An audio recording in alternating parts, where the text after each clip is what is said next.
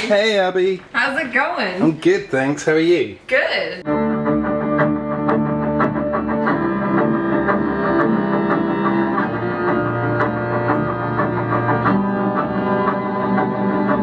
This is my house. Yeah? What's this? This is something I did when I was really bored at 9 o'clock at night. I was like, thought I'd make a little art. Rip off, Right. Is that Italian at the top? Yeah, my flatmate is Italian, so I figured put a Benvenuti? My Italian is terrible. I'm sure it's better than mine. Benvenuti. Benvenuti. I sounded like Borat then. Benvenuti. Welcome Exactly. to my house. Love the brick. Me too. Very classic happy. Oh my hipster. god. Yeah. Look at this. Wow. Welcome to my kitchen. What a beautiful space for a musician. It's my favorite part of the house. Yeah? Yeah. I love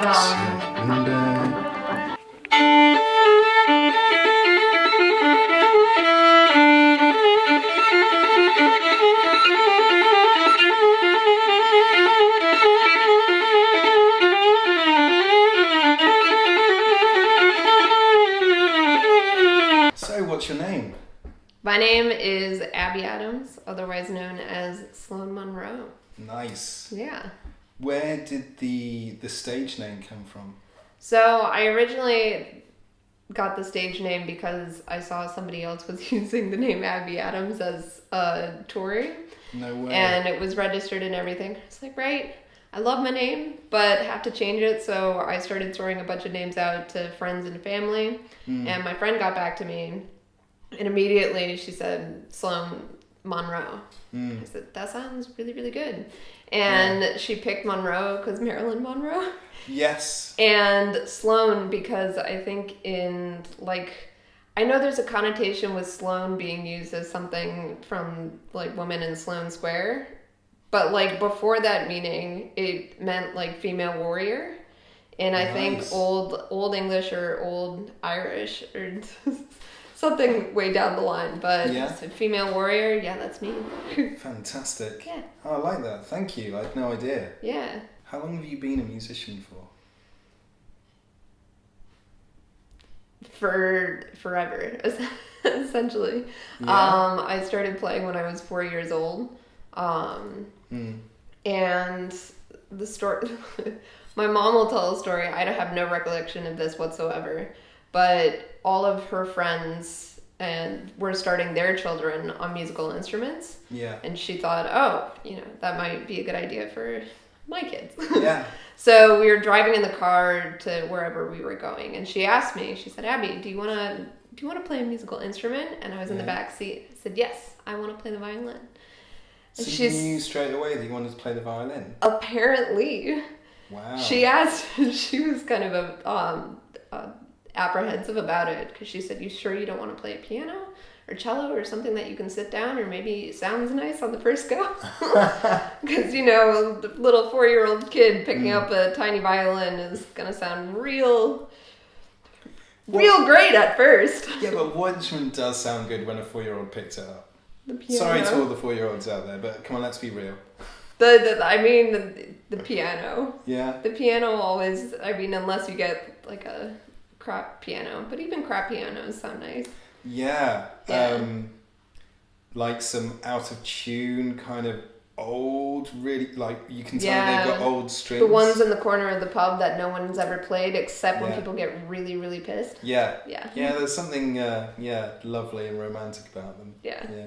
I agree. Yeah. All these questions, they're not in any particular order, and I just wanted to find out about you, the woman behind the music that she creates, because I first met you when you were playing a gig at the Raven in Tower Bridge. Yeah. And you were on your own, and you had violin, your electric violin that was going through loop pedals and did you have some effects pedals as well?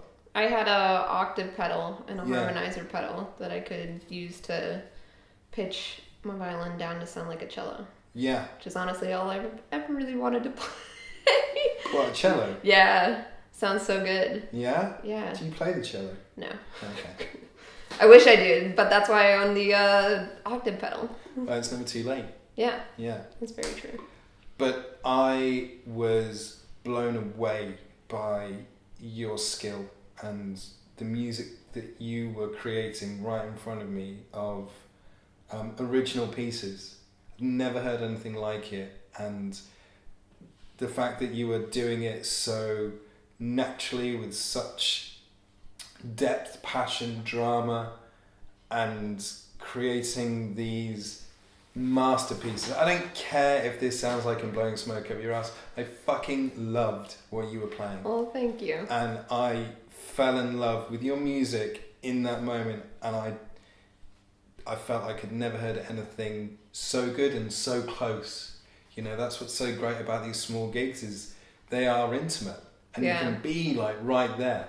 I normally just photograph the bands, but I just switched over to film. I was like, I have to film this. I'm so glad I did, because that piece that I first recorded, I've listened to it 3 times a day. What's it called? Novacek. Yeah. Thank you so much for filming it as well, because I never really get it, videos of my actual, full piece. Yeah. So having, really nice, really wonderful edit job and everything. You. So thank you. Oh, you're welcome. It was, I've made 2 edits of that because, I love listening to the full, I think it's like 8 minutes long or something. It's long. Yeah. Yeah. But it's a build-up. And we've spoken about this, that you love that, the concept of a build-up and a delivery with music. Yeah. And you really nailed it with that song and others as well. But yeah, listen to Novacek. If you've only got 3 minutes, there's a short edited version, but my God, that delivery. It's on YouTube. Yeah, it is. Yeah. Was just breathtaking. Yeah. Yeah. That song has been, it was built off a piece that I was learning in my undergrad. It's a short piece by this Czech composer. I think he's Czech. Novacek. And so I was building that first few minutes. I was just building off of all of those insanely fast octaves. And I thought, how can I tie this all together? And yeah, it just kind of evolved from there. It evolved into your original piece of building all this up, and it's amazing. And you sing as well? I do sing. Yeah. Yeah. Because that night you did Nina Simone, Feeling Good, also fantastically covered by Muse, and also fantastically covered by you. Oh, thank you. But all in your own way. Yeah. Yeah. So how long have you been singing? Since high school, probably since I was 15. Yeah. I grew up, taking music classes, and when you learn music, you do have to sing a little bit. And I went to church a little bit when I was younger, so I sang in the choir there. Lovely. Yeah, and I went to a music camp, I think starting from I was 10 or 9 years old, every summer up until when I was 18, and we would do full choirs. I'm trying to remember some of the stuff we did. We always did one very big choir piece at the end of the summer. I think maybe we did Handel's Messiah once. We did. Oh, I'm trying to remember some of these. There was a lot, but every day you wake up and you have to sing with a bunch of people who also are all instrumentalists, so you're all just kind of practicing singing. But I think when I really developed my own kind of singing tone, I would listen to a lot of gospel singers, and Nina Simone in particular. Yeah. Aretha Franklin. Billie Holiday, Ella Fitzgerald and then Amy Winehouse, and then you kind of get into the jazz category from that. And I would just sit in my room trying to mimic what they were doing with their voice. Yeah. And then when I got a car in high school, I would practice in the car driving to school, from school, or to the grocery store and back, because it was my own little practice room. Yeah. And I think the first time, because my family didn't know that I sang until I think I performed at a Battle of the Bands show at my high school. And Nice. They were sitting in the audience, and they were thinking, I mean, when they heard me open my mouth, they were like, we didn't know you could do that. Yeah. When have you been doing that? So, wow. Yeah. Oh, lovely. Yeah. I don't really know too much about gospel, but all the names you mentioned, I think of blues. And, you know, like, I guess they went from gospel into blues, and that's how... There's a lot of crossover from gospel to blues to essentially, you know, I mean, the entire history of Black music, and especially, like, Black American music is so heavily entrenched in the blues. Yes. It's that they're all intertwined, essentially. Yeah. Yeah. How do you find balance between paying rent and playing music? So, I remember, so you have to be able to do a lot of different things all at the same time. Yeah. So I do teaching, I try to do remote session recording, and that's essentially what, you know, funds me at this point. I'm currently trying to get into writing music for, you know, advertisements or selling it so people can use it in, you know, movies or TV shows, and just kind of researching that. But you really have to worry. I think one of the things the pandemic kind of knocked me over the head with, because I moved out of London for 6 months back home with my parents. And it kind of forced me to be, right, what am I missing in my own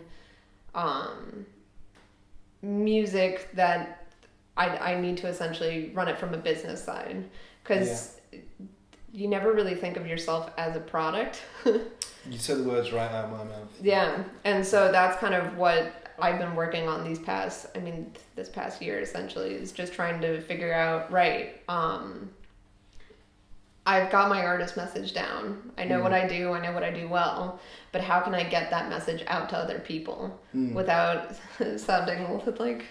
Because that's the thing about being a musician. You don't want to say, I know what I'm doing. I know what my worth is. I know what my value of what my rate is and what I should be getting paid. Yeah. And you just kind of have to stick to that. And whenever people... I mean, I've gotten people from even lessons, you know. I know my entire history of where I've played, who I've played with, who I've studied with, my 2 qualifications from university. I mean, I keep having to remind myself that, wow, I am qualified to charge this certain rate. And some people are understanding of that, and they said, yeah, absolutely, don't lower your rate. But especially right now, it's such a toss-up with everybody's strapped for cash. Yeah, as a freelancer, I experienced that as well with, you know, you do a job for someone and then they'll go, oh yeah, I'm not happy with it. It's like, well, checked it through the day, you're paying for my time. And it's really kind of, I don't know, it kind of knocks you a little bit, like your confidence and what you're doing, because you know your worth. Well, people forget that, you know, even though you're getting this product at the end of it, you don't see all the effort that goes in behind the scenes. You only see the end finished product. Exactly. So what people think they're essentially paying for is that end finished product. Which, I mean, they are, but they're also paying for and experiencing. I'm not just going to put this in terms of, you know, monetary value. Yeah. But their experience comes from all of their qualifications, all of their previous portfolio, all of their time. Yeah. It is, because it does take time, and people forget that art takes time. Absolutely. And equipment, and all of these things that we spend money on to get to the point where they hired us in the first place. And it's, yeah. Yeah. It's a process. Absolutely. What was the last song you listened to? I have to think about this. So the last, I think it was Mother by Charlie Puth. I don't know who that is. Pop artist. Really, Yeah? really talented pop artist. Yeah. Okay. Produces all of his own stuff. I watched a video of him breaking down, I think, one of his other hits. Yeah. And I found it really funny. But it's also, that particular song, Mother, is such a bop. Yeah. It's it reminds me exactly of Michael Jackson's The Way You Make Me Feel. Because as soon as I heard it, I said, I know this is a Michael Jackson tune. And I don't know which one it is. But there's a shuffle beat behind it, and the mixing and the bass is it's perfect. It's everything you want out of a pop song. Michael Jackson was the first musician I got obsessed with when I was little. I remember I used to get £1.50 pocket money each week, and I would save it up for a few weeks so I could go to Woolworths, this old store we had in England, and I bought it on tape. I sound 100 years old. And I loved it. I wore that tape out. Michael Jackson Bad changed my life, and I wanted to dance like him, and loved it so much. And then Yeah. My first album that I bought was from a store called Newbury Comics. Nice. They're based out of Boston. Yeah. But they had a store in Northampton. And I went in there, and I don't know why, but I bought I think Welcome to the Interstate by Fountains of Wayne. Cool. The guys who did Stacy's Mom and oh my god, it's got it going on. I remember going home to my little radio that had a little CD player in it, popping it in, and the first da-na-na, she was killed by a soldier. I forget the lyrics, that's awful. But it was great. The days of pop punk. Yeah, exactly. Were you a fan of the other stuff around that time, like Blink and absolutely. Absolutely. I also loved what was it? I went into a huge I love checking out I don't know what to call it. But some of the bands getting even more into punk. I mean, Black Flag, Slater Kinney, Bikini Kills, all of that really. Pennywise? No, I don't know them. No Effects? No. No? Oh, no. Okay. But I was born in 1995. Yeah? Yeah. Well, you've got to hear this. It's an album, but it's one track. No Effects, called The Decline. Yeah. And it's fantastic. It's a journey. It's one track, but it's 17 or 20 minutes long. Damn. Incredible. And there's some violin in there as well. Yeah. Yeah, really good. I was obsessed with rock. 70s, 80s rock. So Led Zeppelin was my favorite. Heavily influenced me. Heavily influenced me, just because of how orchestrated I thought all their stuff was. Yeah. It just builds in the best way possible. Absolutely. And I couldn't turn it off. Yeah. Yeah. Yeah, still to this day. Some of the greatest music that's ever been produced. Yeah. Yeah. I love all that. The first music I ever remember hearing was Pink Floyd. Before Michael Jackson and all that, my dad loves Pink Floyd and my mum loves Led Zeppelin. Yeah. And so to kind of grow up around that was incredible. I remember, I think the first time I came, or the second time actually, but I came to study in London for a semester in my undergrad, and I would have to take a bus to get to my teacher's house. We did studio classes, so all of his students would converge on his house on a Friday morning. Yeah. And for 5 or 6 hours, we'd all play for 45 minutes, and we'd all critique each other, and it was, have tea and biscuits, and it was a fun time. Yeah. But I remember, plugging my earphones in. It was an hour bus ride, and just, sitting at the top, little American me, just living the London study abroad life, just looking out the window and seeing all these small houses and listening to Brick in the Wall. And that entire like album, and it was. Yeah. It's a journey. It was a journey, especially just sitting, like, going by all these, like, small, old houses. And you just kind of take yourself back to, you know, where they were. And it was really, Yeah. And, you were on a journey. Journey on a journey. Yeah. Wonderful. Yeah. What are your 5 favourite musicians, bands at the moment? Because I know, like, you know, things are always changing. Oh, boy. One of my, I'll give them a plug because I love the music that they're doing now, and I love playing them with them. I did my undergrad in Pittsburgh at Carnegie Mellon University. Great. And I made a bunch of, you know, I studied classical music, but I love, you know, playing folk music and rock, and so I would try to, you know, branch out into local venues, and I met a bunch of people that way, and some of the people that I got to play with, it's a band called Buffalo Rose. Yeah. And they're five or six piece folk band. Okay. But all their arrangements are so beautiful, soulful. Yeah. And it's just always been so much fun playing with them. Oh, I love that. Yeah. One of my favorite bands to listen to. So what was that band called? Something Rose? Buffalo Rose. Buffalo Rose. Yeah. Okay, that's one. You got 4 more. 4 more. Maggie Rogers.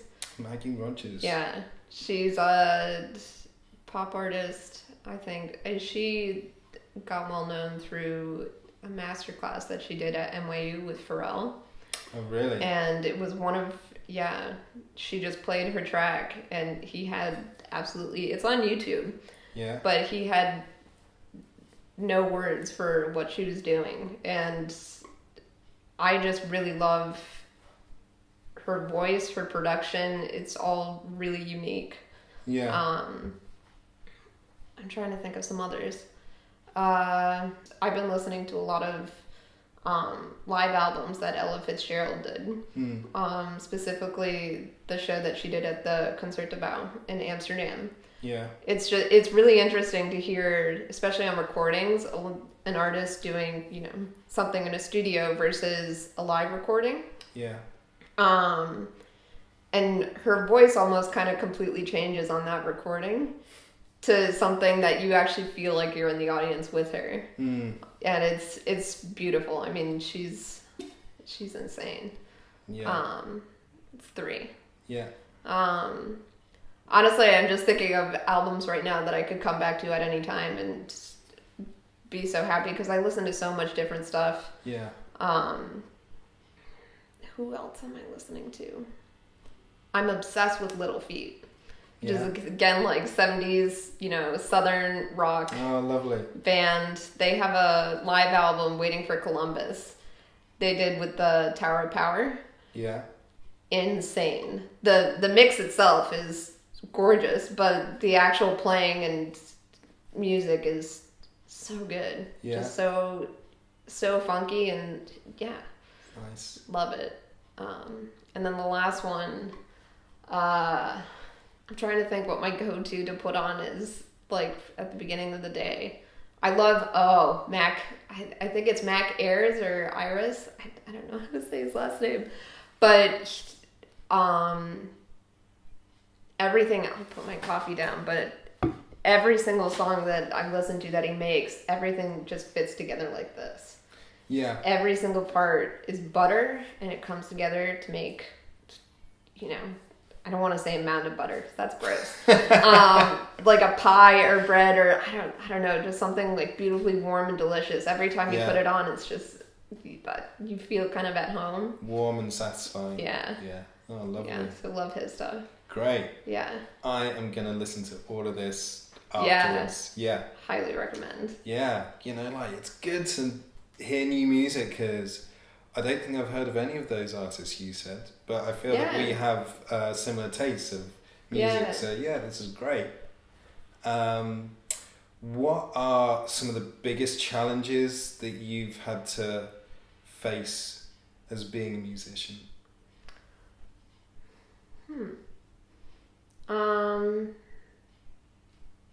I would say just having the confidence to keep going.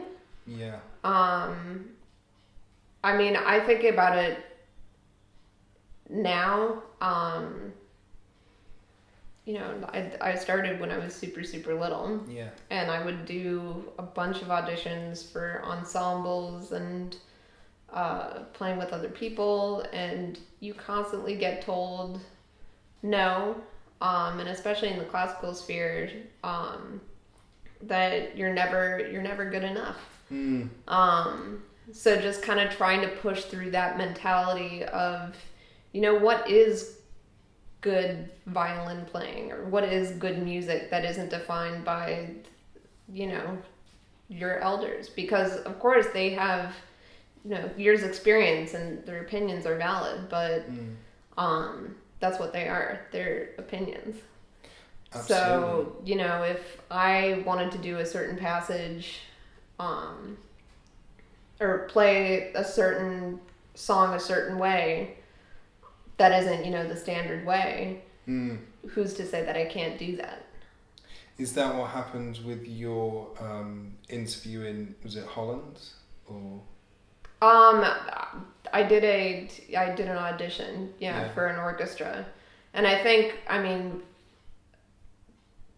in terms of an orchestral sense, orchestral playing is its own beast. Yeah. Because you're playing with, specifically for string players and violinists, because you're not only playing for yourself, you're trying to sound as one section. Yes. So about 30 people have to sound like one instrument, which means you have to play a certain way.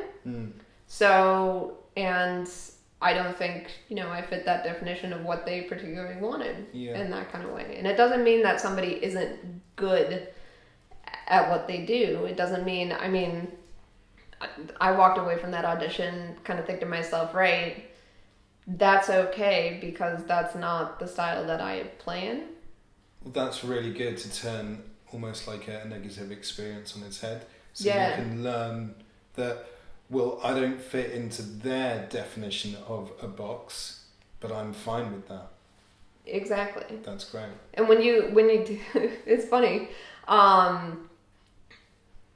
I've gotten rejected so many times from either schools, ensembles, that you know how to handle rejection at a certain point. Yeah. Somebody says no, and okay, no. What are you gonna do?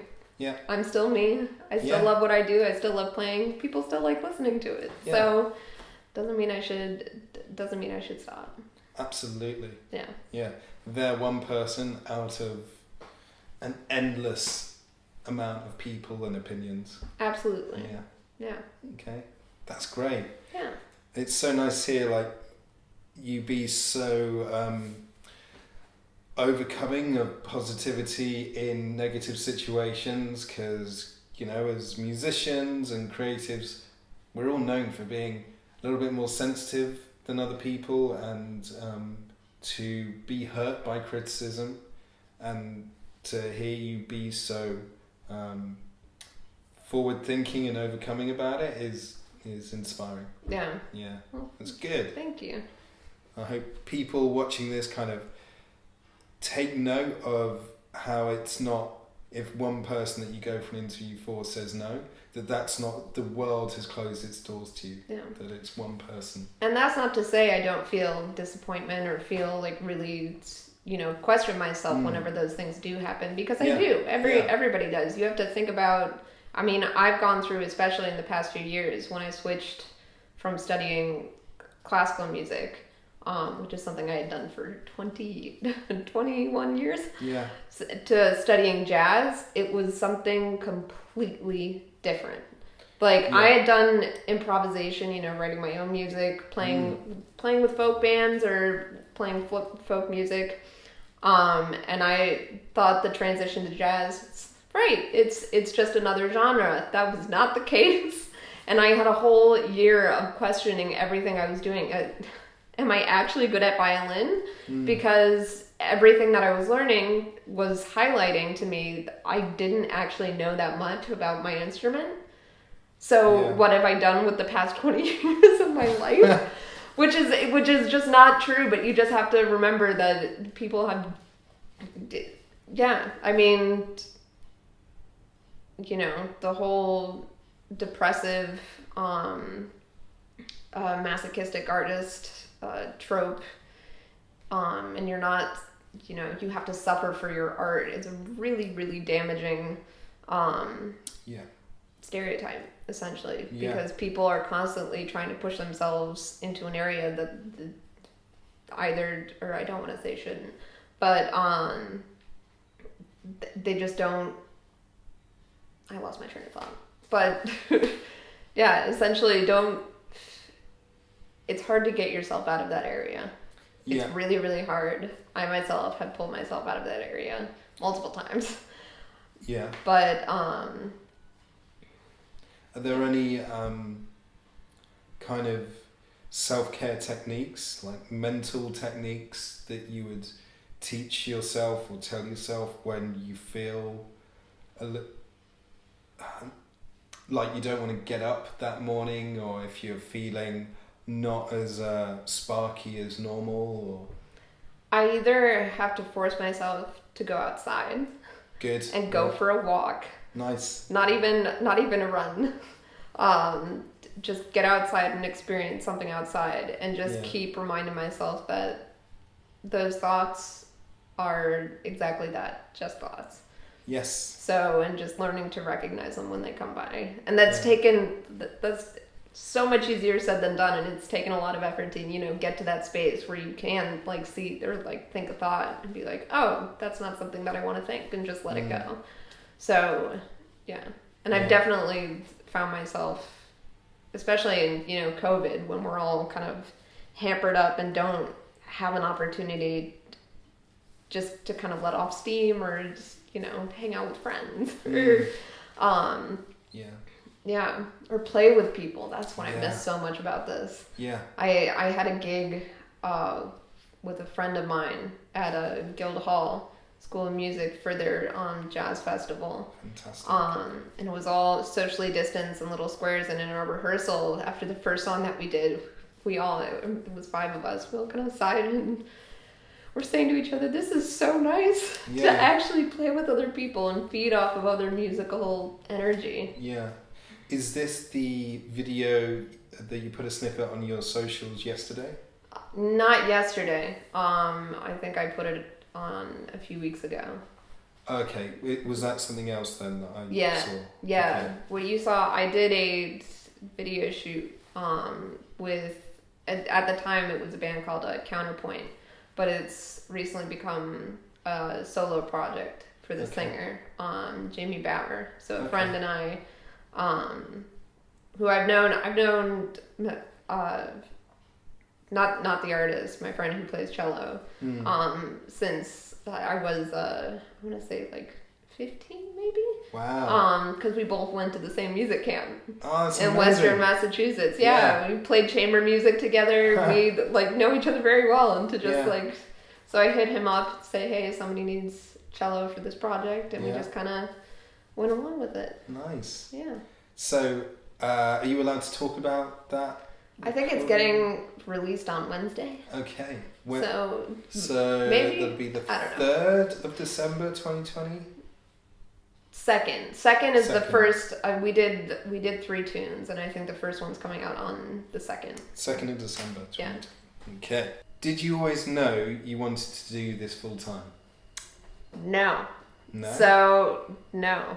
Well, I think yes. Yeah. But I was trying to be practical about it. I remember my freshman year of high school, I was, loved playing, or had a love-hate relationship with violin, I would say, at that point. I didn't know how to function without it, but I don't know. I remember hiding my violin in the closet in my house for a week. And I said, Mom, I'm done with violin. Never again. And then after a week, I took it out of the closet and started playing again.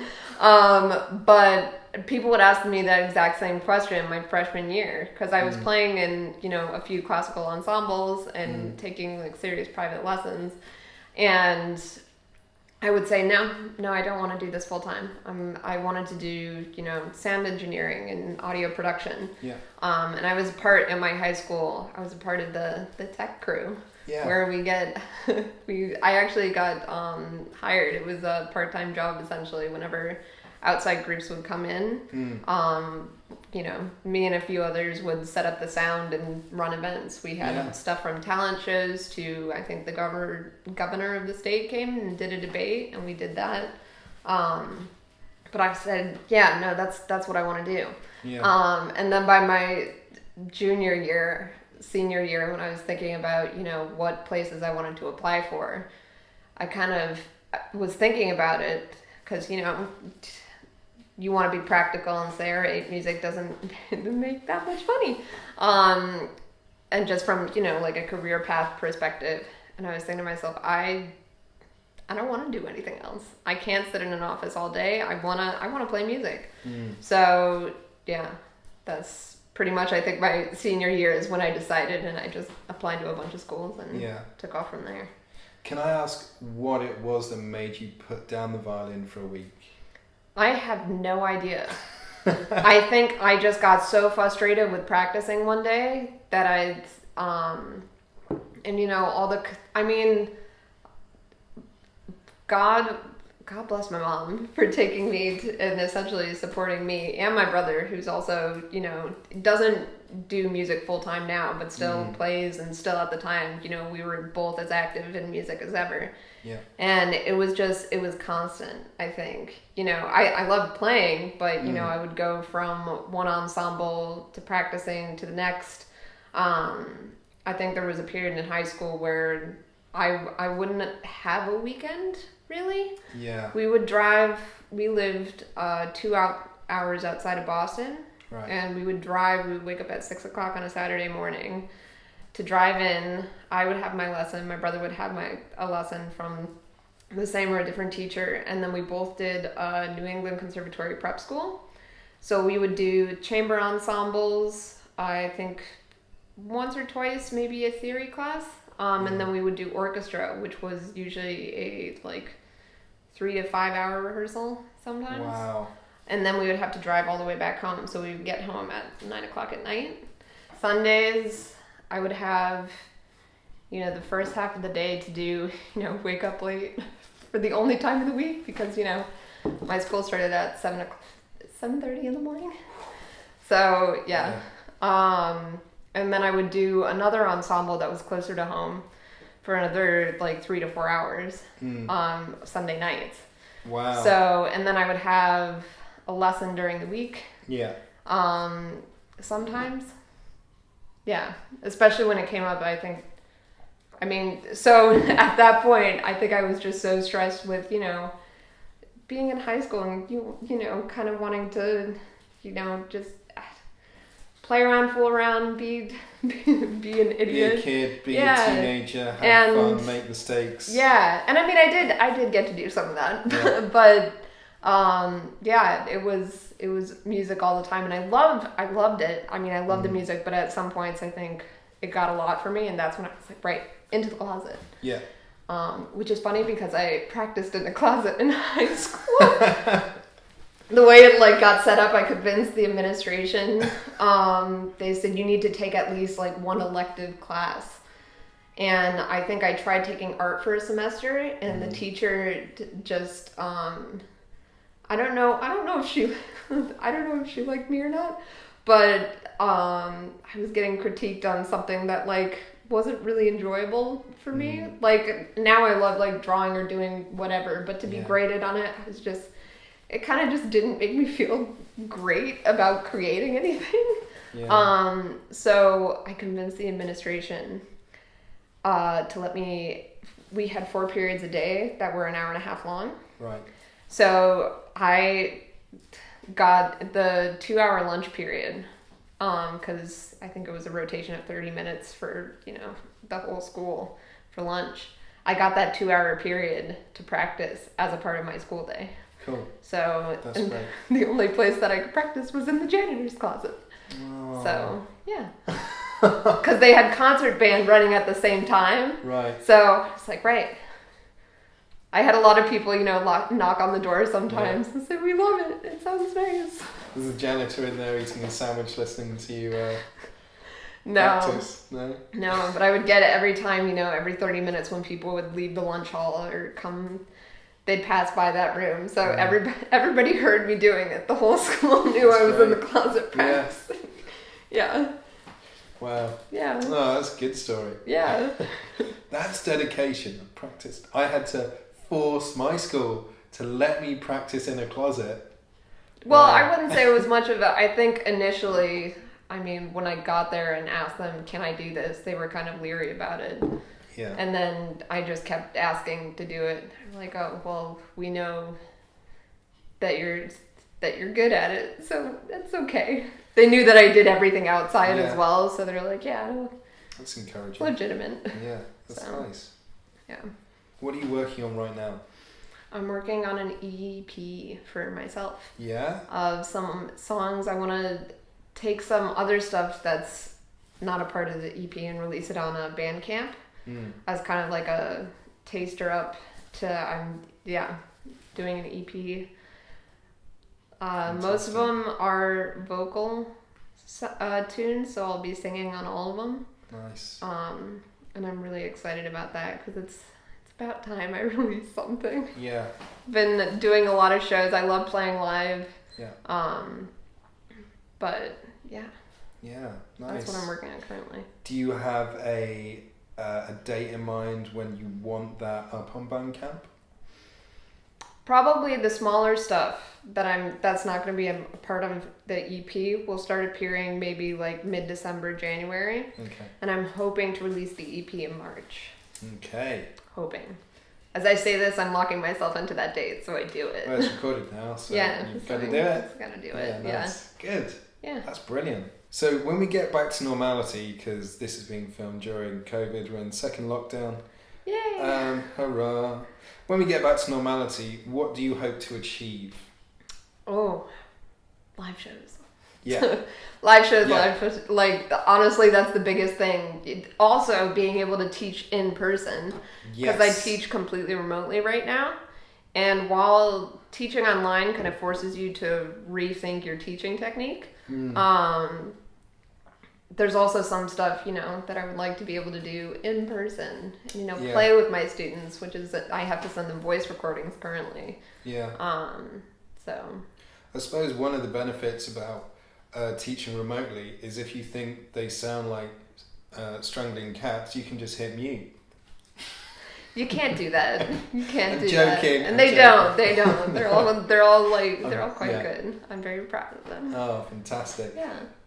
One thing that's concerned me about like this, streaming and playing remotely and all that is you don't know what kind of sound setup they got the other end. So if they're just playing through like laptop, microphone and speakers, is that pretty challenging to hear the nuances of what they're doing? And I'd say, are we talking about teaching or teaching? I don't really play that much in the lessons that I teach. I speak and explain because I can see what they're doing and I'm verbally telling them what to adjust in their playing. Yeah. And then I also pull up Sibelius, the composing program, for any music theory stuff that we have to go over. Right. So the only time I really have to play something is if a student isn't hearing what's on the page necessarily. Okay. And I'll play it for them and then they can, or if we're doing ear training exercise, I'll send them just voice note examples to begin with. Okay. Yeah. So I would say the general message gets across. Good. Yeah. Nice. Is it a challenge when you have to, I guess, are you playing exactly like how they see it, or do you have to do some kind of opposite thing in showing? I don't do any kind of opposite thing in showing. I usually, if I show them, I'll tell them which things to focus on in the image. And they also know that it's a reversed image. Yeah. And I can see what they're doing at the same time. So it's kind of a real time. It's like, oh, I'm doing this, you're doing this. No, wait, move that finger. Okay. Move that wrist and yeah. So when you were teaching practically with the student in the same room, would you help them like reposition their fingers or that kind of stuff? Yeah. And is that one of the tough challenges to kind of... That's the two toughest challenges is being able to play with them. Yeah. Because sometimes when they're playing with somebody else, it kind of holds them accountable to keep playing or keep a certain rhythm, and they get the feeling of playing with somebody else, what that is. Yeah. And when they don't have that, it's kind of hard to instill that in them. And then the other thing is definitely technique. I know just from speaking, I mean, I draw a lot on what my teachers did with me while I was like growing up and learning, and what things felt right and what didn't. And since violin is such you think about guitar or drums and you work with gravity. So your body naturally kind of falls into that movement. With violin, I mean, when do you ever do this in real life? I've never thought about that. Wow. Yeah. So your muscles, they have to get used to it, but a lot of it is a different kind of feeling and reaction. And what I do with my students, I mean, just, placing your hand down here so they know to draw their bow straight, or placing an arm back here so their arm doesn't go back when they pull the bow. And flicking the left wrist when they're not thinking about it, and just doing all these tiny things that kind of let them know that they're aware while they're playing. Because when they stop playing and they're concentrating and they hear me talk about it, when they go to pick it back up again, they kind of forget a little bit. Yeah. So that's also a challenge. Do you prefer teaching or playing? I love them both for different reasons. Teaching, I love seeing the progress that my students make, but it also helps me figure out what I'm doing wrong in my own playing. Yeah. And I also tell my students, if you see me playing or if you see me doing something that isn't what I've told you to do, call me out on it. That's like good. I want them to try and pick apart my playing, because it teaches them to be, observant and critical of just, well, if you're telling me to do something but you're not doing it, why are you telling me to do it? Essentially. But it teaches me a lot about my own playing and what I need to do. And then with performing, I mean, I love performing. I mean, I love playing music, so... Yeah. It's the greatest place in the world. Yeah. Up on stage or watching a gig. Yeah. I can't wait to get back to normality, but we don't need to dwell on that. This is just a blip in the map of life. Yeah. Yeah. Why the violin over other instruments? I don't know, because I was so young when I decided I wanna play violin. Yeah. I've picked up other instruments over the years. Yeah. So I think when I was little, I also started doing piano. Mm-hmm. When I was in high school, since they didn't have an orchestra, I picked up trombone and then a little bit of euphonium. What's a euphonium? It's like a mini tuba. Oh, cool. Yeah. Nice. But did the whole, I don't know if you have them here, but marching bands? I don't think we do. All the the funny hats and the costumes, and you march out onto the field and play. Yeah. Yeah. I've seen them in a lot of American high school films and all that kind of stuff. They're real. I was one of them. Total nerd in high school. Yeah. That's cool. That's good. And then I also picked up the drums, tried teaching myself guitar, and recently trying to teach myself bass. Yeah. Yeah. Would love to get back to drums. I really like playing drums.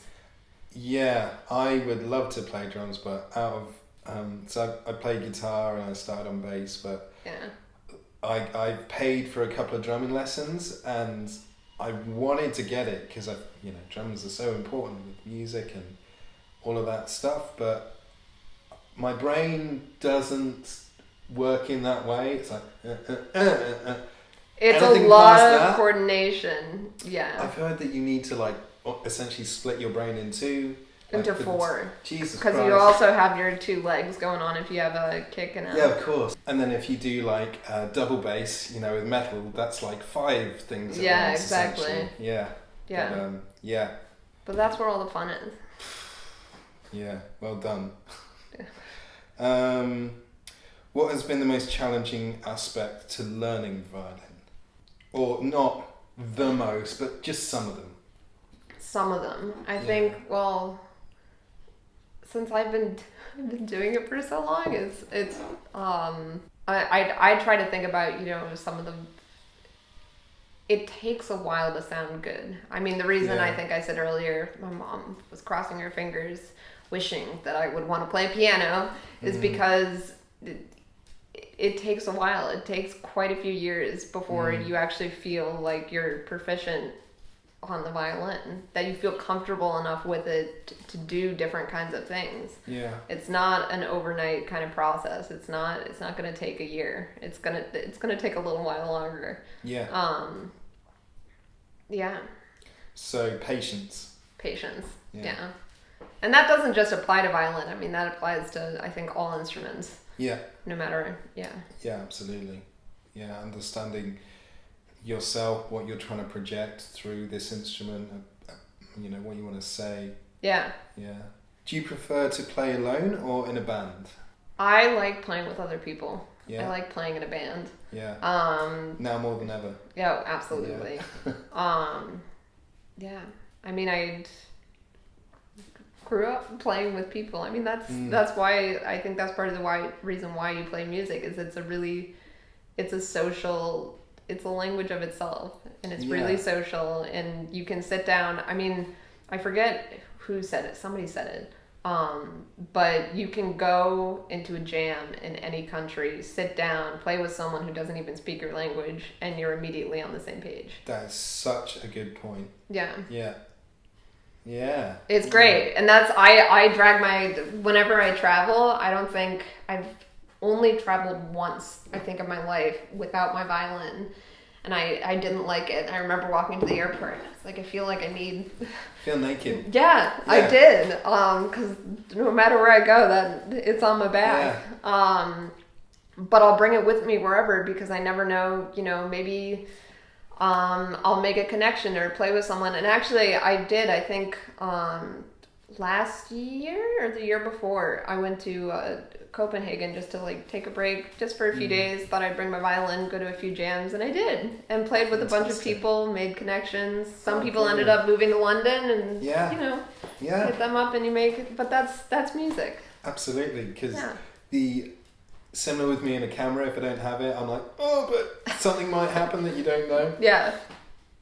And it's almost like you're filled with anxiety if you don't have it but what if an opportunity Exactly. Yeah. If you could go back in time and give 10-year-old Abby some advice for the future, what would it be? Don't overthink it. Just do it. Just do it. Yeah. Yeah. Nice. Not going to credit Nike with that one. No. Yeah. But, I think too often, thinking back to it doesn't feel that long ago, and yet it does. I'm 25. What was it, like maybe 15 years ago? But I'm terrible at math. Don't even but 10 years old, I think I was really afraid that what I was doing wasn't technically right, or do I need to go through all the technical prerequisites to make sure what I'm doing musically is valid. And I don't think I needed to.